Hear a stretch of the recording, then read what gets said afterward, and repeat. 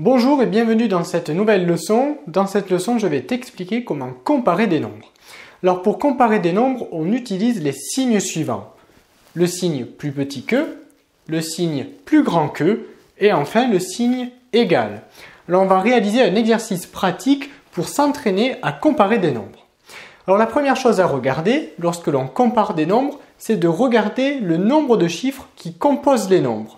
En effet, un nombre écrit avec moins de chiffres sera plus petit qu'un nombre écrit avec plus de chiffres. On regarde ici. Ici, on doit comparer le nombre 87 et le nombre 231.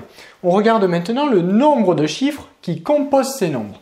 Ici, ce nombre il est composé de 2 chiffres. Ici, ce nombre il est composé de 3 chiffres. Donc, ce nombre sera plus petit que celui-ci, puisque ce nombre il est composé de moins de chiffres. Donc, on va écrire ici que 87 est plus petit que 231, et le signe plus petit que, c'est ce signe-là.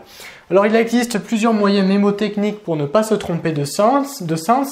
Un des moyens mémotechniques pour ne pas se tromper de sens, c'est de se dire que le pic du signe, il va piquer le plus petit nombre. Donc ici, il faut piquer le nombre 87, puisque c'est celui-ci le plus petit. Donc, ici, la pointe, elle pique le plus petit. Comparons à présent les nombres 326 et 109. On regarde le nombre de chiffres qui composent ces nombres. Ces deux nombres, ils sont composés du même nombre de chiffres, c'est-à-dire 3. Donc maintenant, pour comparer ces nombres, on va comparer leurs chiffres en partant des chiffres de rang le plus élevé. Autrement dit, on va commencer par comparer les chiffres des centaines de chacun des nombres. Ici, j'ai 3. Ici, j'ai 1. 3 est plus grand que 1, donc c'est ce nombre qui est plus grand que celui-ci. 326 est plus grand que 109. Donc on va écrire le signe, on va prendre le signe plus grand que, et si on veut être sûr, il faut que la pointe du signe pique le plus petit. Donc il faut mettre le signe dans ce sens. On compare à présent ces deux nombres. Ici j'ai 451. 451. Ici, on remarque assez facilement que ce sont les deux mêmes nombres. On le remarque rapidement. Donc ici, comme ce sont les mêmes nombres, on va utiliser le signe égal. Comme ce sont les mêmes nombres, on va utiliser le signe égal.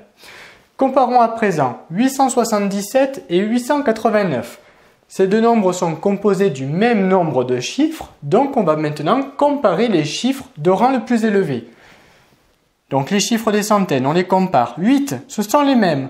Donc maintenant, je vais comparer les chiffres des dizaines.